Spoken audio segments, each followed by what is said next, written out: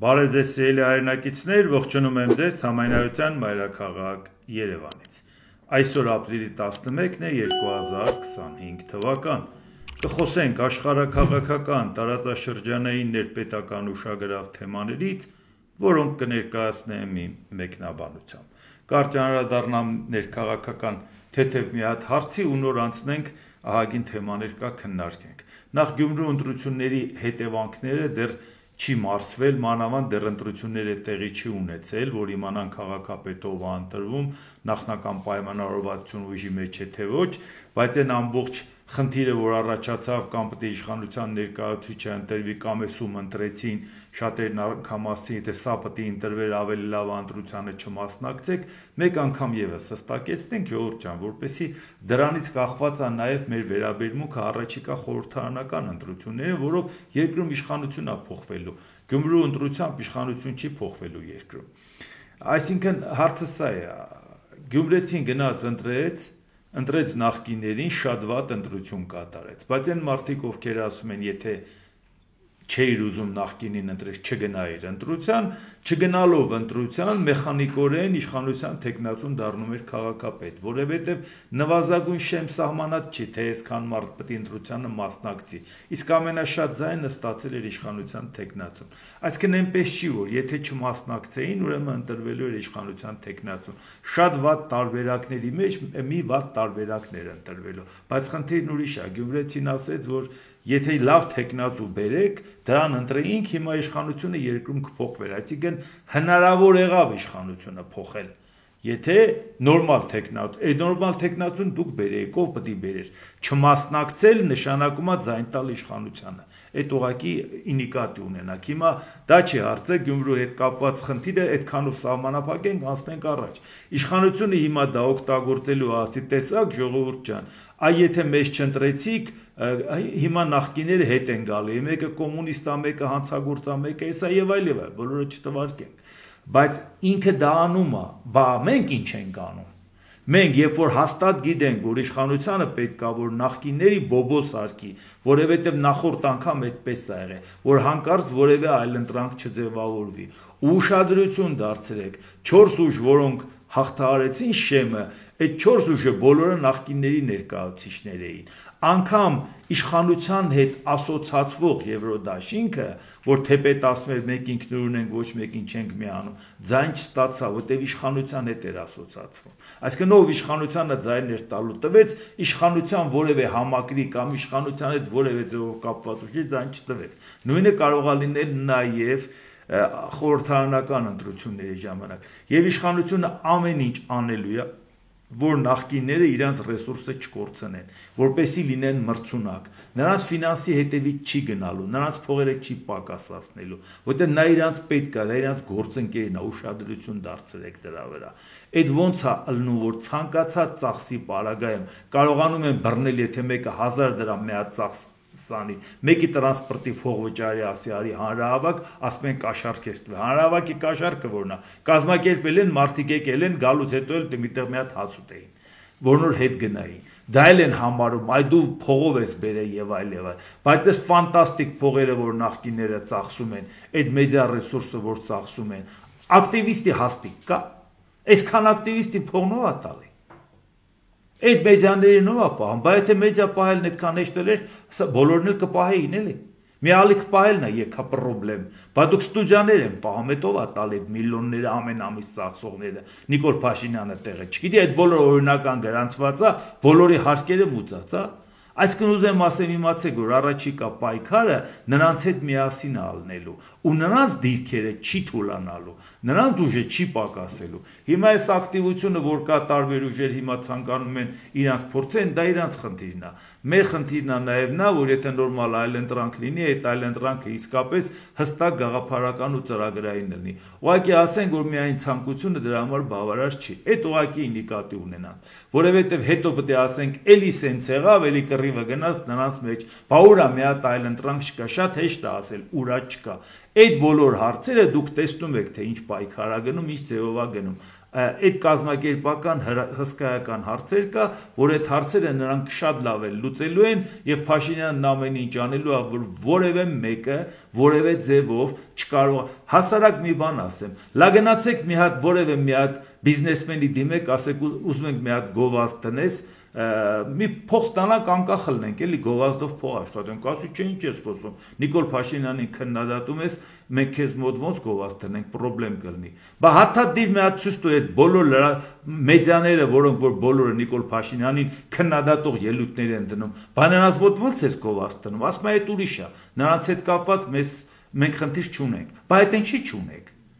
Եթե երկրորդ ու երրորդ նախագահների հետ ասոցացվող բոլոր մեդիաները գովազդները ողողած է, բայց ցանկացած մեկը, որ իրական քննադատող է, մի հատ գովազդ չեն դնի, մի հատ ձեր տարօրինակ հարց չի ծագում, ամեն ինչ պետք է անեն, որ որևէ միջոց չունենան, այդ ուղղակի իմանաք։ Իսկ իշխանությունը արդեն տեսա, որ այլևս ոչինչ չունի հասարակությանը տալու, իր ամբողջ անգրագիտությունը, ապաշնորությունը բացահայտված է, ինչքան էլ իրանք աշխատեն կազմակերպական որակներ չունեն, մեկը 100 տարի աշխատեն չեն ձեռք բերելու, դա որակի խնդիր է, էլի։ Արդեն հիմա Նիկոլ Փաշինյանն անցավ անկեղծության, էս է իր բրենդը, որով գնում է ընտրության։ Մենք անգրագետ ենք, ինքը եւ իր թիմակիցները, անկեղծ խոստովանություն, այնքան մարդկանց դուր կգա։ Քանի կար ասում է ժողովուրդն է անգրագետ, հետո ասին ում ես անուն դնում, նրանց ովքեր քեզ ընտրել են, այսինքն դու գտնում ես որ քեզ ընտրողները անգրագետ են, բա իհարկե, բա որ քեզ են ընտրել պարզ է, էլի։ Հետո հասկացավ, չէ, որ ավելի լավ է ամեն օր սխալներ է թույլ տալի, ամեն օր իր գրագիտության խնդրեմը կա, արդեն խոստովանեց, որ Բաջորդ ջան, մենակ այդ խոստովանությամբ, որ ասեցու վերջացավ, հարցը չավարտվեց, Հայաստանը փոքր պետություն է, որը պետք է գործի առանց սխալվելու իրավունքի։ Ես իշխանություն չեմ, մեկ ուրիշը իշխանություն չի, մենք յուրաքանչյուրս կարող ենք սխալվել, մեր սխալից չի, որ պետականություն կարող է կորցնենք, բայց իշխանությունը եթե սխալվեց, մենք պետականություն կկորցնենք։ Իսկ իրանք սխալվելու մեծ հակումներ ունեն։ Դա է հարցը, որ մտածում ենք, որ իսկ այդ գրագիտության այդպիսի խնդրեմ ունեցող իշխանությունը բա ոնց է այս ամեն ինչի տակից դուրս գալու։ Հենց գիտեն, որ գնացին միտեղ մեկի հետ նկարվեցին կամ բանակցեցին, երկու բառ խոսացին, ստե ոգևորված ասում են, տեսակ սրանց հետ հանդիպեցին ու ամեն հարց լուծեցին։ Այդտենց ամեն հանդիպումներով հարցա լուծում, ժողովուրդ ջան։ Այս գրագիտության մակար երկրի ներսում տեսնում եք այս մարդկանց արած գործը, գրագիտությունն ու պրոֆեսիոնալիզմը, սրանց բանակցությունը ինչ պետք է լինի։ Այն դեպքում, երբ որ մենք տարբեր երկրների տասնապատիկ կամ հարյուրապատիկ կարող է մեր երկիրը իր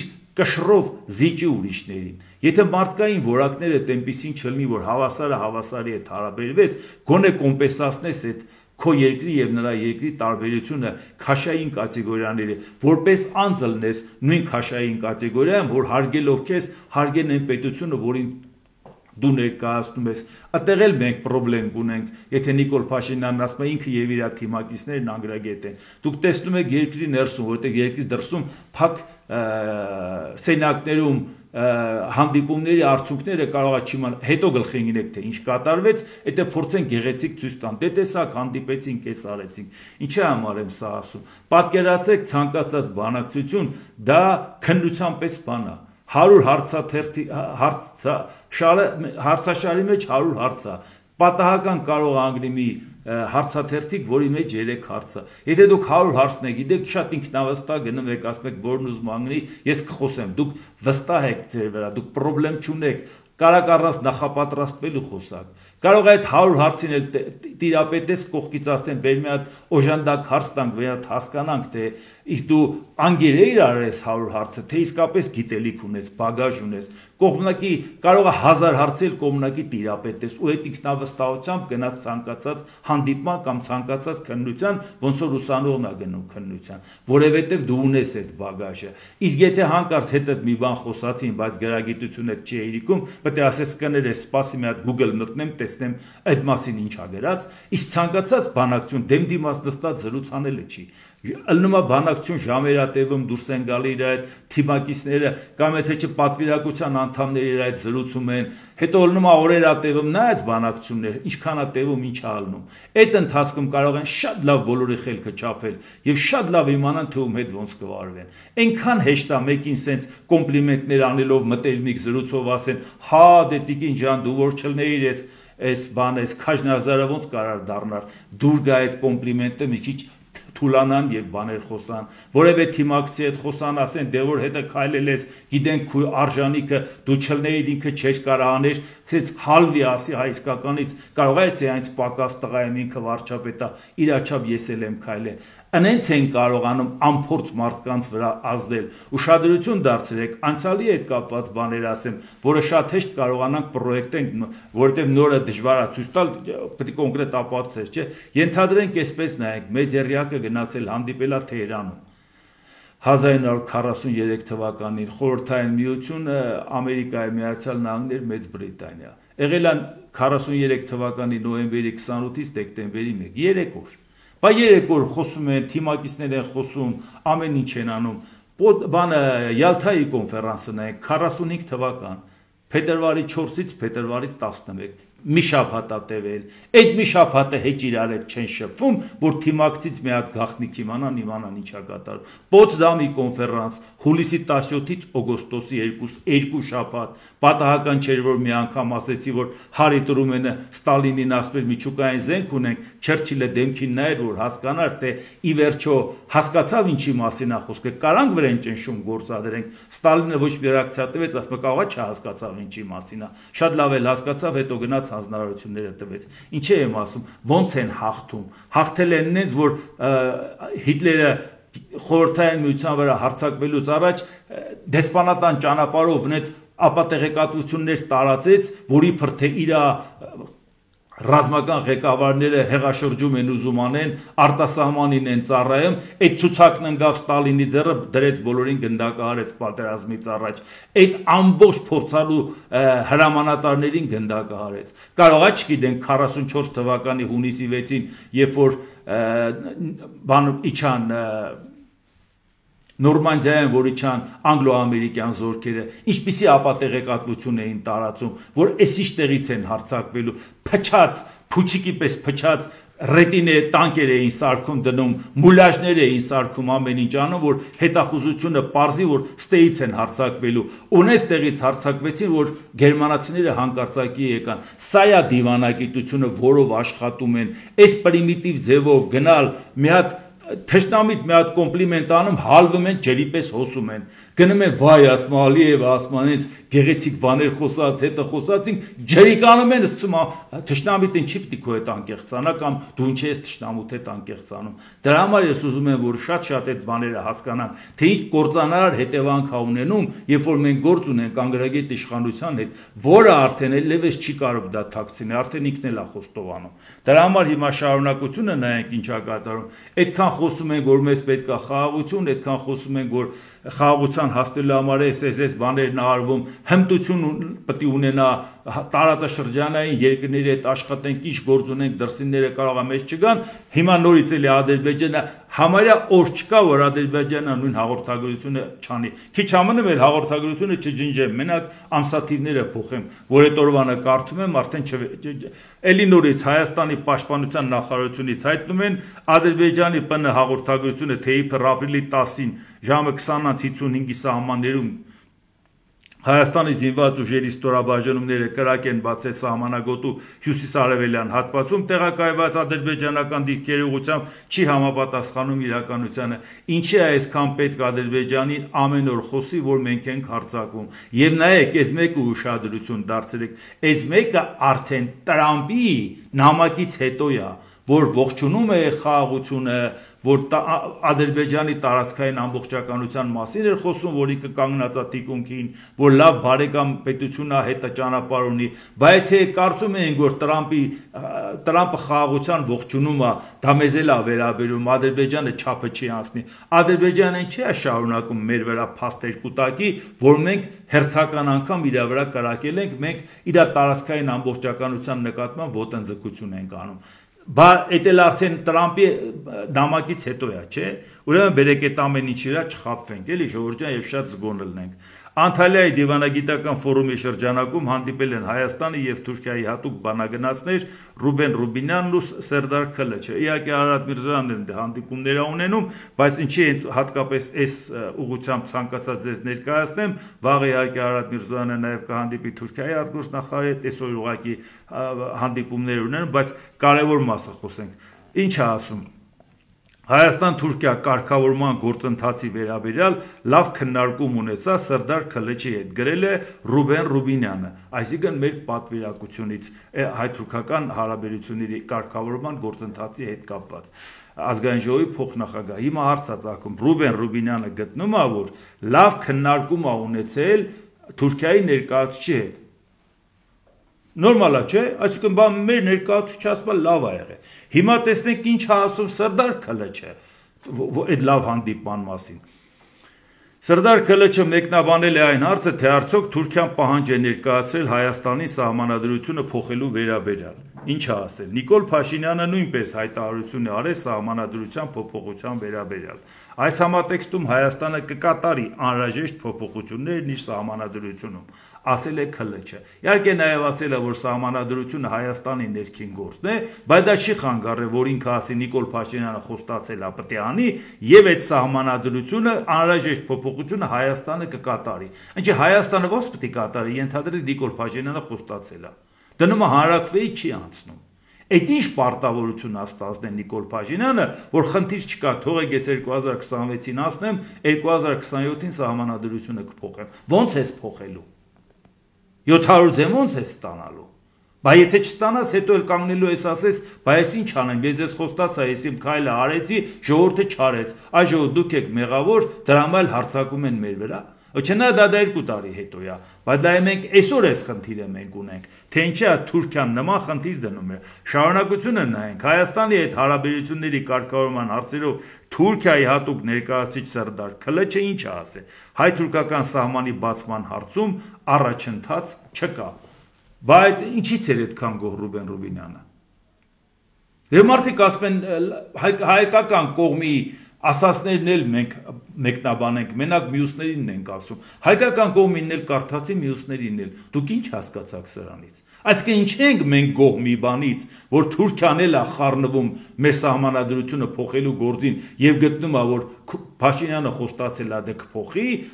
Հայաստանը կփոխի։ Եվ մեկ էլ գտնում է, որ հայ-թուրքական սահմանի բացման հետ կապված առաջընթաց չկա, որովհետեւ նախապես ասել են չի լինելու, մինչեւ Ադրբեջանի պահանջը չկատարեք։ Դե դուք նայեք, դրական տեղաշարժ կա այդ ուղղությամբ։ Իսկ հիմա նայեք Թուրքիայի նախագահ Ռեջեփ Թայիփ Էրդողանը ելույթ է ունեցել Անտալիայի դիվանագիտական ֆորումում ու ինչ է ասում։ Այս տարածաշրջանը նաև ամենաշատն է տուժել մեծ տերությունների կործանարար մրցակցությունից, սկսած առաջին համաշխարհային պատերազմից մինչև Սառը պատերազմ։ Այսօր միջազգային քաղաքականության օրակարգում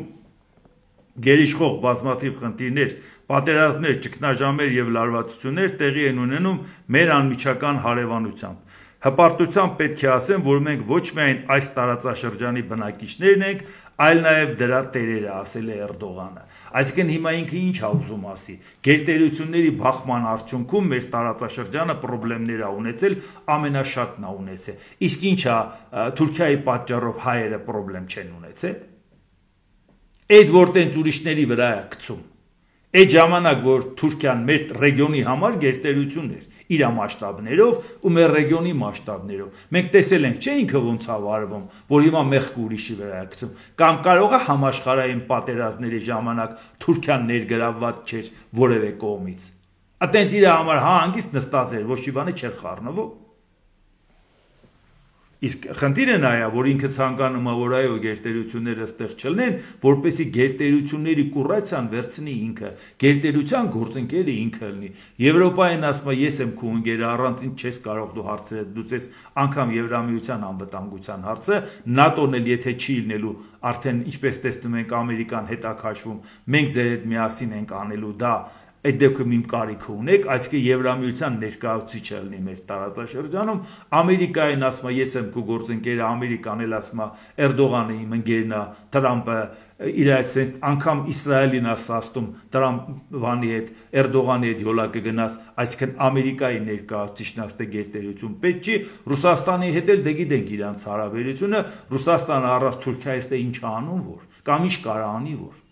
այս է հարցը։ Այսինքն մենք հիմա մեստի ապահով զգանք, հա, եթե Էրդողանը իրան համարում է, որ այս տարածաշրջանի բնակիչներից բացի տարածաշրջանի տերերն են։ Հաստատ չեք կարծում, չէ՞ որ տարածաշրջանի տեր պատկերացնում են մեզ կամ որևէ մեկին։ Իրանք պատկերացնում են իրանց, դրա համար երազում են գերտերությունները դուրս գան եւ այդ մրցակցության պարագայում լիդերությունը ստանձնեն ստեղի հետ կապված։ Իսկ եթե մենք ճիշտ բանակցություն չենք վարում, ճիշտ ճանապարհ չենք ընտրում, երեքի պարագայում էլ Թուրքիան դառնում է կուրատոր։ Հետո պետք է ասենք այ ժողովուրդ, այս ոնց եղավ, որ սենց եղավ։ Արա դե թուրքական դիվանագիտությունը։ Թուրքիայի կշիռը մեծ է երկրի, իր համար շատ հեշտ է մանևր անելը։ Մեր կշիռը փոքր է, պետք է դրա համար գլուխներս քարին պատին տալով բոլոր հնարավոր տարբերակները փորձենք ամենալավագույնը գտնենք, բայց չենք կարողանում գտնենք, որովհետև նա ով պետք է գտներ, ասում են վրա հույս չդնեք, ես անգրագետ եմ։ Իսկ հիմա նայեք ինչա տեղի ունենում աշխարհում, որովհետև շատ լուրջ խնդրեմ է մեզ համար, նաև համաշխարհային այդ բախումները ցակագնային համաշխարհային բախումները բանի հետ առևտրային այդ բախումների հետ կապված դրա համար հիմա հասկանանք Դոնալդ Տրամպը լավատեսություն հայտնելով, որ Միացյալ Նահանգներն ու Չինաստանը ի վերջո համաձայնության կգան, մաքսատուրքերի շուրջ հայտարարել է։ Տեսեք, թե ինչ կլինի Չինաստանի հետ։ Մենք տեսնենք, թե ինչ կլինի Չինաստանի հետ։ Մենք շատ կցանկանայինք գործարք կնքել։ Մենք վերաբերվում ենք բանակցությունների սեղանը վերաբեռնավորում ենք բանակցությունների սեղանը եւ վստահ եմ, որ մենք կկարողանանք շատ լավ լեզու գտնել։ Ես խորը ակնածանք եմ տածում նախագահ Սիի նկատմամբ։ Նա կան էս մեկը, որի նկատմամբ չի տածում։ Էս ում տենում է սերախոստովանում։ Պուտինից սկսած, կին չնից էլ մնացել է Սի Ցզինպինը, էս էլ սրան էլ ասավ։ Այ մարդ, այս մարդուն դատելու են, հա, այս բազմասեր մարդը էսով է։ Ամեն օր ասում է Չինաստանին վերացնենք, մեր թիվ մրցակիցն է, տենեմ եք Չինաստանն ինչ անում, ազդեցությունը պետք է պակասացնենք, պետք է մեկուսացնենք, հիմա տեսնում է, որ այս պատերազմի մեջ, որ մտել են, մաքսային պատերազմի մեջ, որ մտել են, ոնց որ թե այդքան էլ լավ իր ուզած չի գնում, արդեն հիմա էլ արդեն ժեստեր է անում, հիմա էլ Չինաստանի ղեկավարին։ Հա, ուրեմն ես խոր ակնածանք եմ տածում նախագահ Սիի նկատմամբ, նա բառացիորեն իմ ընկերն էր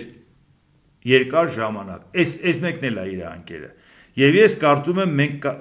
կհանգենք մի բանի, որը շատ լավ կլինի երկու երկրների համար։ Եզրափակել է Տրամպը։ Իսկ հիմա տեսնենք իր ընկեր Սին ինչ է ասում։ Պեկինում Իսպանիայի վարչապետի հետ հանդիպման ժամանակ Չինաստանի նախագահ Սի Ցզինպինը հայտնել է.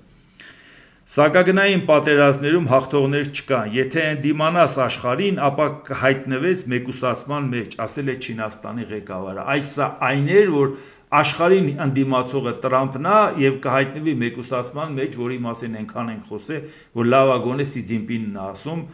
հասկանում ենք, որ իրանք էլ ասում են այն, ինչ որ մենք պատկերացնում ենք, էլի վերացական բաներից չենք խոսում։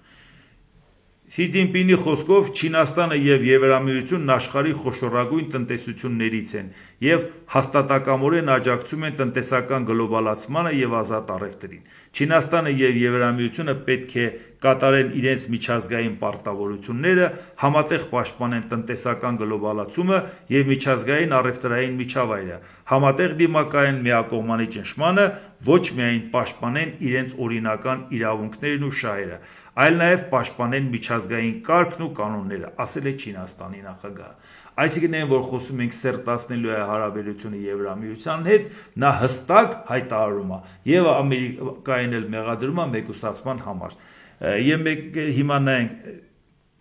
CNBC-ն ինչ հղում անելով Սպիտակ տան ներկայացուցին հաղորդում է. ԱՄՆ-ի կողմից Չինաստանի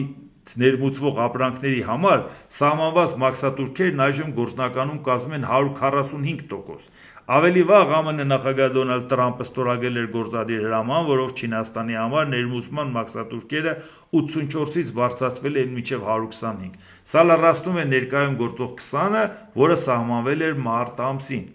Իսկ հիմա արդեն Չինաստանի պատասխանը լսենք։ Չինաստանի պետական խորհրդի սահմանագնային կոմիտեն հայտնել է. ի պատասխան ամերիկյան վարչակազմի պրոտեկցիոնիստական գործողությունների Չինաստանը ապրիլի 12-ից, այսինքն վաղվանից,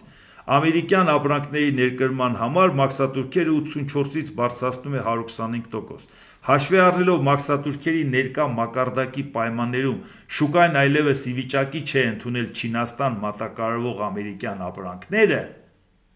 չինական կողմը ուշադրություն չի դարձնի Չինաստանից ապրանքների վրա ԱՄՆ-ի մաքսատուրքերի հետագա բարձրացմանը, ընդգծում է հայտարարության մեջ։ Այսինքն ինչքան ուզում ես բարձրացրու, կառնեն, չեն առնի, հեչել առնեն, որովհետև Չինաստանը դա պետք է վաճառի, որպեսի եկամուտ ունենա, եթե այդ եկամուտը այդ պահին չունենա, ինքը չի վերանա։ Բայց Ամերիկան, որ սպասում է այդ ապրանքին եւ իր շուկայում այդ ապրանքի դեֆիցիտ առաջանա, Ամերիկան խնդիրներ է ունենալու։ Դրանով դու Չինաստանին չես խեղճացնի։ Հիմա դրա համար այս տարբերությունը դուք տեսաք, որովհետեւ դրա մասին այնքան ենք խոսել,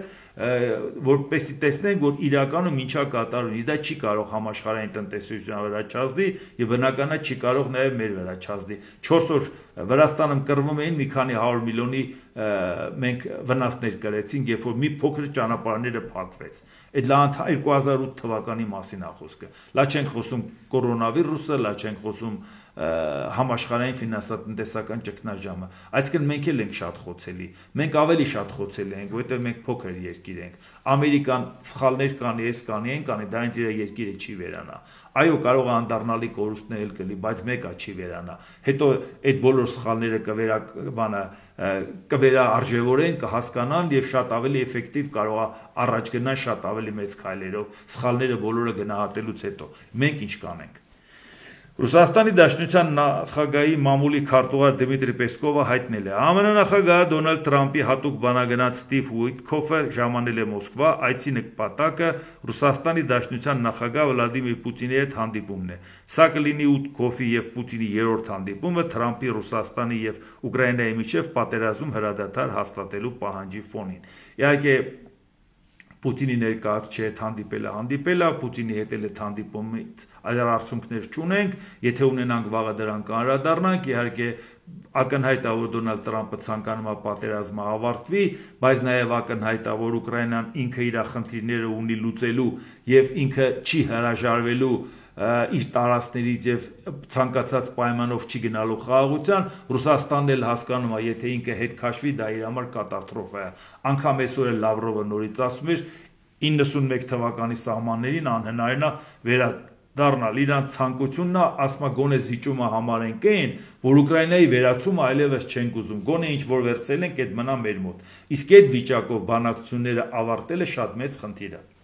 Իսկ հիմա շարունակությունը նայենք։ Ուկրաինայի պաշտպանության հարցերով կոնտակտային խմբի նիստի ժամանակ հայտարարվել է Կիևին ավելի քան 21 միլիարդ եվրոյի 23.8 միլիարդ դոլարի աջակցության մասին։ Մեծ Բրիտանիայի պաշտպանության նախարար Ջոն Գիլն ասել է. Ռամշտայնի խմբի դե գիտեք, Ռամշտայնը ուկրաինական պատերազմի սկսելուց հետո ամեն ամիս գերմանական այդ բազայի անունով Ռամշտայնի անունով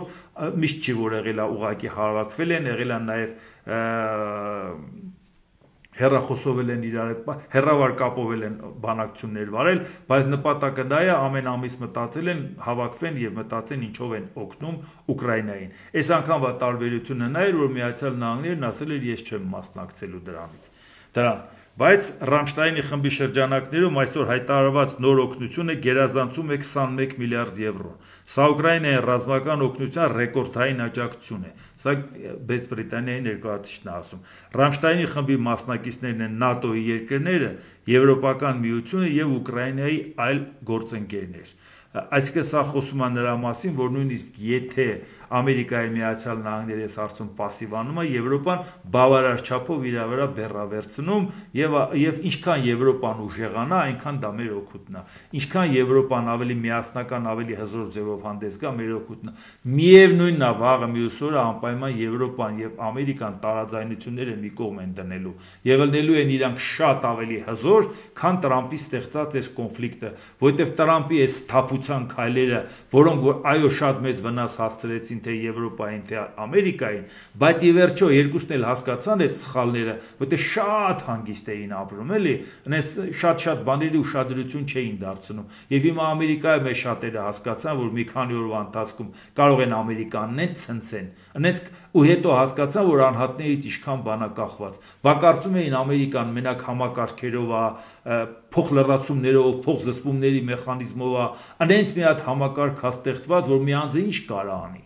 Բայց հիմա ինչպես տեսնում եք կարա անի, չէ՞, դե հիմա դրեք վերանայեք ու հասկացեք թե ինչ կարող է տեղի ունենալ։ Կամ Եվրոպան հետ ինչ հանգիստ էին իրանց զգում։ Հիմա տեսակ ոնց են մտածում, որ անգամ ճգնաժամային վիճակում պետք է զինվեն դրա մասին մտածեն։ Իսկ հիմա շարունակությունը նայենք աշխարհում ինչ որ կատարում է, այտենց բան չկա, որ մեզ չի վերաբերում։ Ես շատ անհարմար կզգամ, որ հայ մարդը, որը որ նաև տագնապ ունի վաղվա օրվա նկատմամբ իր երեխայի համար, իր հարազատների համար եւ իր պետության համար հանկարծ իրանասին ինձ չի հետաքրքրում թե աշխարհում ինչա կատարում։ Չէ, ժողովուրդ ջան, ամեն ինչ մեզ հետաքրքրում է։ Չի կարա տենց բան ըլնի, որ մեզ չի հետաքրքրում, որը վերաբերում է մեր մոլորակին, որ կարող է մի քանի արկածախնդիր նաև մտածեն այդ մոլորակը վերացնելու մասին։ Լա այդ մաքսիմում խնդիրն է, մինիմումն էլ որ կարող է իրանց բախումների եւ համագործակցության արդյունքում մենք ոտատակ գնանք, էլի։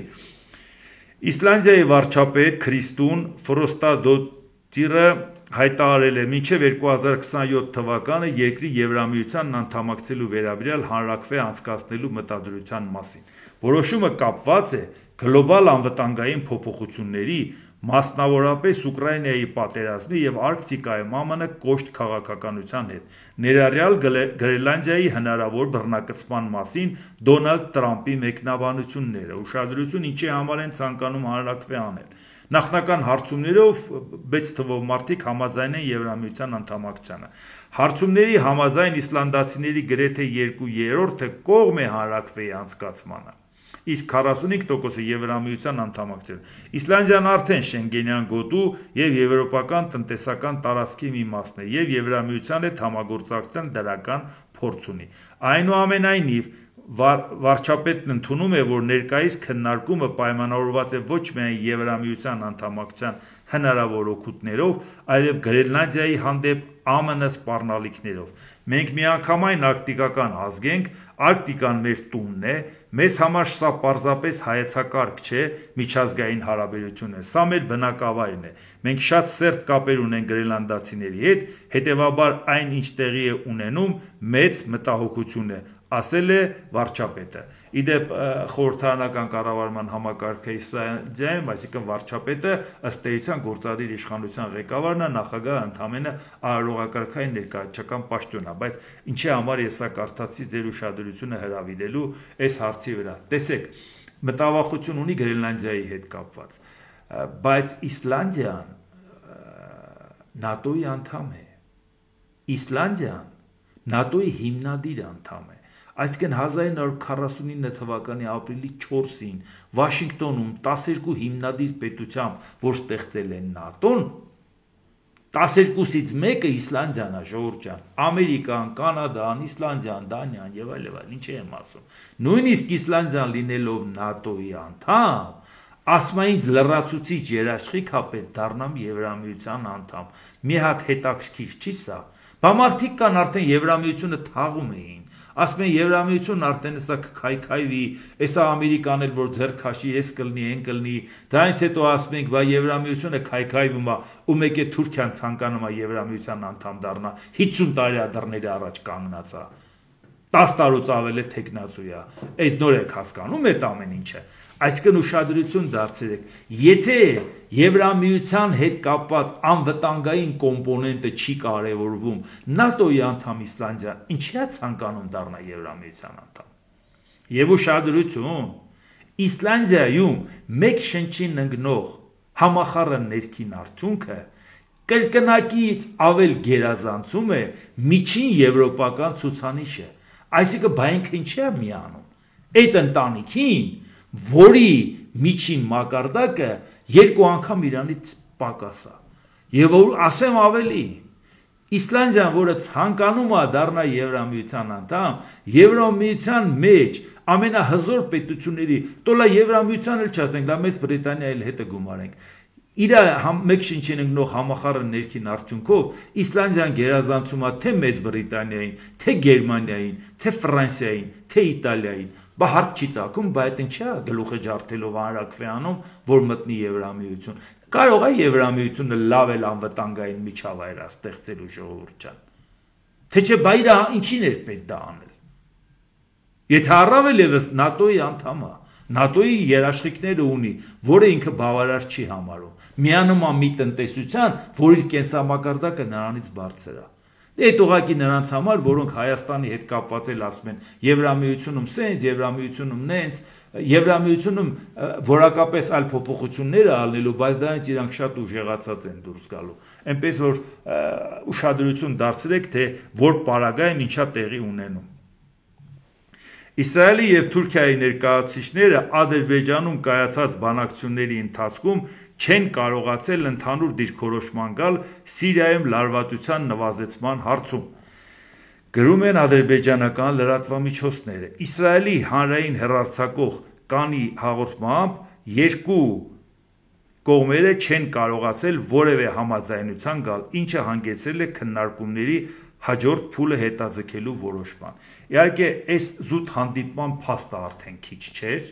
ու նաև բավական վտանգավոր էր մեզ համար։ Պատահական չէ, ես երեք հատուկ դրան անդրադարձել եմ։ Առավել եւս Ադրբեջանն արդեն ոգևորվել էր, որ ինքը միջնորդ է, երկու իր բարեկամներին բերել նստացել է սեղանի շուրջ, այո, դա վտանգավոր էր նրա համար, որովհետև կա լարվածություն Թուրքիայի եւ Իսրայելի միջև, բայց կանչեց Տրամպը, ասեց գնացեք յոլա գնացեք։ Հիմա էլ իրանք գնացին Ադրբեջանում Սիրիայի հետ կապված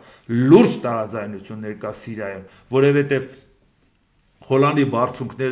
բարձունքները վերցել է Իսրայելը դեռ 6-օրյա պատերազմի ժամանակ 1967 թվականը, բայց այս վերջում էլ ահագին առաջ եկավ, դիրքերը ամրապնդեց, ամեն անգամ մի փոքր հնարավորություն ա եղել առաջ ա եկել, եւ չէր ցանկանում, որ Թուրքիան ընդեղ ունենա բազաներ, անգամ ասում էր դա մեզ համար անվտանգային լուրջ խնդրեմ է, որ նա այդ բազաները ունենա, եւ այս պարագայում գնացին Տրամպի մոտ, ասին գնացեք յոլա գնացեք, իսկ եթե իրանք պայմանավորվեն, մենք խնդիր ենք ունենալու, որտեղ պատկերացեք Ադրբեջան, Թուրքիա, Իսրայել, Ամերիկա պայմանավորում են, մենք ում ենք բողոքելու, որ հանկարծ մեր շահերը ոտնատակ տան, ում ենք ասելու ժողովուրդ էս ինչ եք անում, բայց բարեբախտաբար համաձայնության չեն եկել, եթե իրանք ունեն տարաձայնություններ, չեմ ասում իրանք տարաձայնության պարագայում մենք շատ հանգիստ կարանք մեզ զգանք, դա այդպես չի, որովհետև մեկը ցանկացածը առանձին վերցրած եւ ցանկացածը որևէ մեկի հետ պայմանավորվելով մեզանից ուժեղ է եւ շատ վատ է, որ նաեւ հասկանում ենք, որ մենք այդ խնդիրը չենք լուծել նաեւ Ամերիկայի Միացյալ Նահանգների հետ, որովհետև Դոնալդ Տրամպի հայտարարությունները Թուրքիայի հետ կապված, նրա հայտարարությունները Իսրայելի հետ կապված, հայտարարությունները Ադրբեջանի հետ կապված եւ մեր հետ կապված ինչ ունենք մեր հետ կապված, որ ասենք որևէ խնդիր չկա։ Այդ հարցում մենք համաձայնության են գալ։ Մի հարց էլ կա, որ քաղաքական չէր, դրա համար չէի անդրադառնում, բայց մի թեթև քաղաքական կոմպոնենտ կա, ասի լավ ամեն դեպքում մի օր կհարմարացնեմ կխոսեմ սրա մասին, որ խոսում էին, որ Ջենիֆեր Լոպեսը գալու է Հայաստան օգոստոսին, տարածաշրջանային այցելությամբ գալու է այստեղ երգելու, իհարկե քանի որ մենք վատ օրինակ ունեինք այդ Snoop Dogg-ի օրինակը, որ մեր իշխանությունները ուզում էին ցույց տային, թե այ տեսեք կգա կպրոպագանդի Հայաստան կգան, թե այն բանը նարկոմանը որ գա Հայաստան, թմրամոլը որ գա Հայաստան, դա ինչն էր պրոպագանդելու, չգիտեմ, բայց լավ, վերջը մենք հասկացանք, թե ինչ վատ պայմանագիր կնքեցին, հետո էլ նա չեկավ, փողերն եմ ինչեի հիմա չի տվել, հիմա փորձում են իրավիճակը ինչ որ ձևով փոխեն, դե գալիս է Ջենիֆեր Լոպեսը, մարդիկ էլ գոնե կասեն, դե լավ, գոնե այս մեկով ինչ որ մի բան կլինի, բայց մի հարց կա, մի վերապահում կա, որ քաղաքականությամբ զբաղվող մարդկանց համար այնուամենայնիվ բարեմասնությունների վրա Լոպեսի չեն խաբվում, էլի, շատ ծանր են տանում նրա վարքագիծը, մի օրինակ ուղղակի բերեմ, եթե դա տպավորություն թողած չլեր, մինչև հիմա ոչեի հիշի, որ ձեզ էլ ներկայացնեմ։ 2013 թվականին Ջենիֆեր Լոպեսին հրավիրել էին, ինքը գնացել էր Թուրքմենիա, որպեսզի այն ժամանակվա նախագահ Սափար Մուրադ Նիազովի ծննդին երգի։ Ոչինչ, որ այդ ծնունդին երգելա, այդ մի քիչ պրոբլեմ չի, էլի, կարար տենց երգեր, հիմի այնքան հայտնի մարդիկ են, այնքան հայտնի մարդկանց հրավիրում տարբեր տեղեր գնում են երգում են, դա առանձնապես դրա մեջ մի բան չկար։ Բայց ինքը գնաց եւ Սափար Մուրադ Նիազովի համար երգեց Happy Birthday Mr. President երգը։ Այդ է շատ ցավալի, որովհետեւ ինքը Նյու Յորքում ծնված, Բրոնքսում ծնված աղջիկ է Ջենիֆեր Լոպեսը, թեպետ ծագումով Պուերտո Ռիկայից է,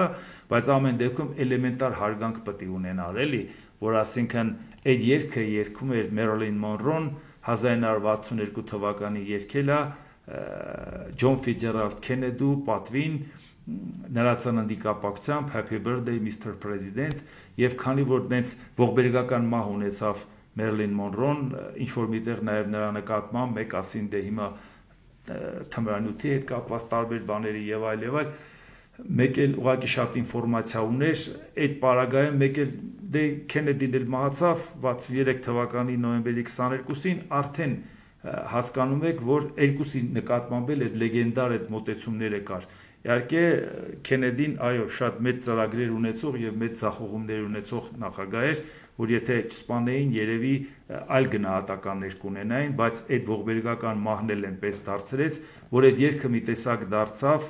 հենց բանին վերաբերվող, էլի, Քենեդուն վերաբերվող երգը սազական չէ, կարող է էլի Սափար Մուրադ Նիազովը իրան Քենեդու տեղը դներ, ասել ինչ ա եղել, որ պակաս Քենեդի ենք, կամ էլ թե չէ Լոպեսը պակաս Մերիլին Մոնրոյա, բայց պետք է ինքը հարգեր ու դա չաներ։ Հետո էլ որ սկսեցին քննադատել, ասին այ աղջիկ ջան, բա դու խոսում ես կանանց իրավունքների մասին, մարդու իրավունքների մասին, ժողովրդավարության այս ամեն ինչի մասին, այդ ուր էր գնացել այդ բռնապետի համար երգում։ Վա ինքը չէր իմացել, ժողովուրդ ջան, ինքը չէր իմացել, որ Սափար Մուրադ Նիազովը բռնապետ է, բայց 2.5 միլիոն դոլար փող էր վերցրել այդ մի քարյակը երգելու համար։ Բա մի հատ չէր մտածում Սափար Մուրադ Նիազովի տատի թոշակը կոպեկ հավաքել էին, որ քեզ տային, այսինքն ինչի համար եմ ասում, էլի, փողի դիմաց